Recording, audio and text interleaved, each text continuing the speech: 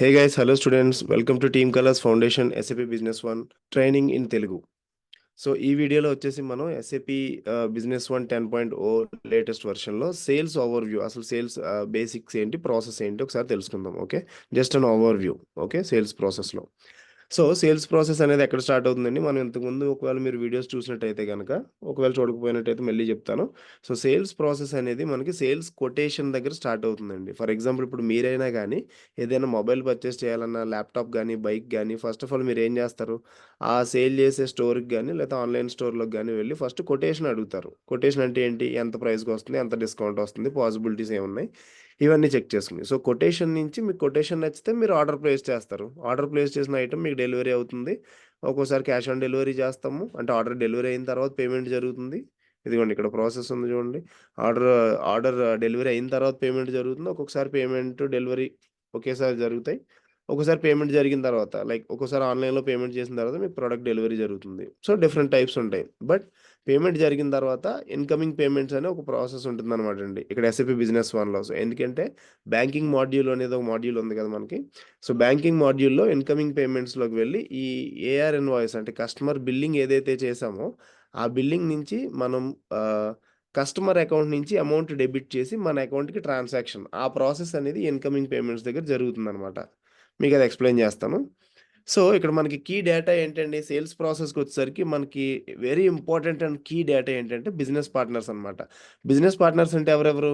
Lead కూడా business partner అండి. Lead, customer, మన వెండర్స్ అందరూ కూడా. బట్ మనకి ఇది సేల్స్ ప్రాసెస్ కాబట్టి మనకి వెండర్తో పని లేదు. వెండర్ ఎప్పుడు వస్తాడండి మనకి పిక్చర్లోకి? ఏ ప్రాసెస్లో వస్తాడు? పర్చేసింగ్ ప్రాసెస్లో వస్తాడండి. అంటే మనం ఎవరి దగ్గర నుంచి అయితే మెటీరియల్ కానీ, ప్రొడక్ట్స్ కానీ కొనుక్కుంటున్నామో మనం కొనుక్కునే వాళ్ళని వెండర్స్ అంటామండి. మనం వేరే వాళ్ళకి అమ్ముతాం కాబట్టి మనం వేరే వాళ్ళకి వెండర్స్. మన దగ్గర నుంచి కొనుక్కునే వాళ్ళకి మనం వెండర్స్ అవుతాం. వాళ్ళు మనకి కస్టమర్స్ అవుతారు. ఓకే. సో ఇది మనం మా సేల్స్ ప్రాసెస్ గురించి డిస్కస్ చేస్తున్నాం కాబట్టి ఇక్కడ మనకొచ్చేసి కస్టమర్స్ ఉంటారండి.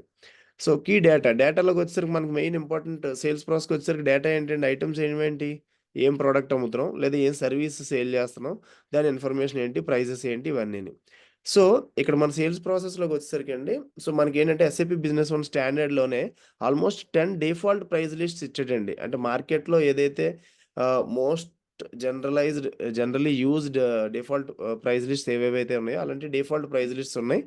సో అది కాస్టింగ్ మెథడాలజీని బేస్ చేసుకుని కూడా మనం ప్రైస్ లిస్ట్ సెట్ చేసుకోవచ్చు. ప్రైస్ లిస్ట్ అంటే ఏం లేదండి. ఇప్పుడు మనం ఒక కస్టమర్ ఉన్నాడు కదా! సో ఆ కస్టమర్ ఫర్ ఎగ్జాంపుల్ ఏంటి?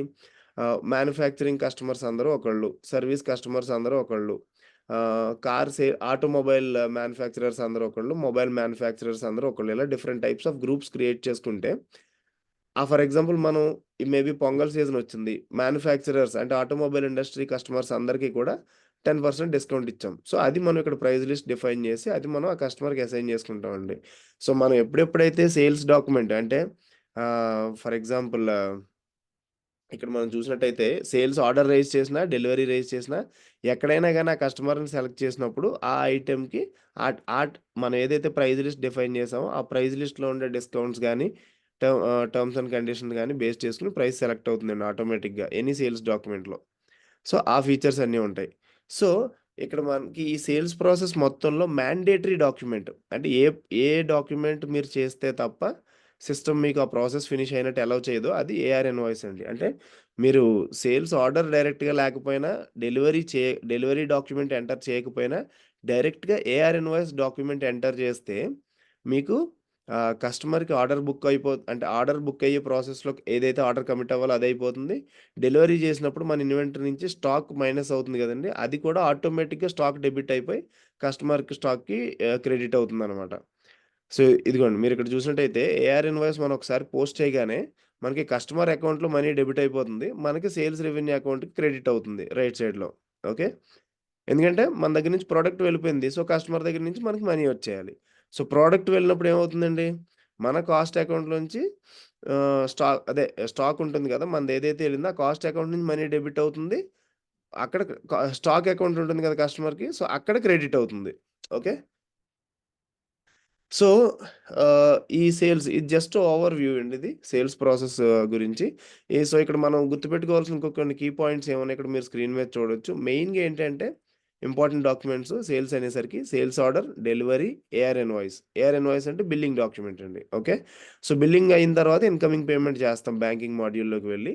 ఇందులో ఈ అంటే సేల్స్ ఆర్డర్ గానీ, డెలివరీ డాక్యుమెంట్ గానీ, ఏఆర్ ఇన్వాయిస్ గానీ, ఇన్కమింగ్ పేమెంట్స్ గానీ ఈ 4 స్టెప్స్‌లో ఇంపార్టెంట్ అంటే మ్యాండేటరీ డాక్యుమెంట్ ఏదంటే ఏఆర్ ఇన్వాయిస్ అండి. ఒక్కొక్కసారి ఏంటంటే చిన్న చిన్న బిజినెస్‌లు ఉండుంటాయి.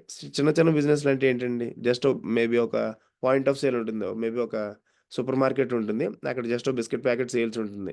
బిస్కెట్ ప్యాకెట్ సేల్ కోసం అని చెప్పేసి వాళ్ళు ఆర్డర్ రైజ్ చేసి, మళ్ళీ దానికి డెలివరీ చేసి, మళ్ళీ దానికి బిల్లింగ్ చేసి, మళ్ళీ దానికి పేమెంట్ చేసి అంత ప్రాసెస్ ఏమి ఉండదు కదండీ. డైరెక్ట్‌గా బిల్ కొడతారు, బిల్ ఇస్తారు, క్యాష్ డిపాజిట్ అయిపోతుంది. So, direct billing document. అలాంటి ప్రాసెస్‌లో ఇక్కడ డైరెక్ట్‌గా ఏఆర్ ఇన్వాయిస్ యూజ్ చేస్తే స్టాక్ డెబిట్ అయిపోతుంది. ఏదైతే అమౌంట్ సేల్స్ అంటే ఏదైతే అమౌంట్ మనకి కస్టమర్ నుంచి వచ్చిందో అది అకౌంట్‌లో క్రెడిట్ అయిపోతుంది. మన దగ్గర నుంచి స్టాక్ డెబిట్ అయిపోతుంది. సో, ఇది అంతా కూడా బేసిక్ సేల్స్ ప్రాసెస్ అండి. సో, దీని నెక్స్ట్ వీడియోలో వచ్చేసి మనం అసల ఆర్డర్ టు క్యాష్ అని గాని, లేదా పర్చేసింగ్ గురించి గాని మేబీ నెక్స్ట్ వీడియోలో ఏదైతే ఆహ్, డిస్కస్ చేయడానికి మంచిగా ఉండే టాపిక్ ఉంటుందో అది డిస్కస్ చేస్తాము. సో, నెక్స్ట్ వీడియో చూడండి. మేబీ సేల్స్ ప్రాసెస్ గురించి గాని, పర్చేస్ గురించి గాని డిస్కస్ చేసుకుందాం. ఓకే.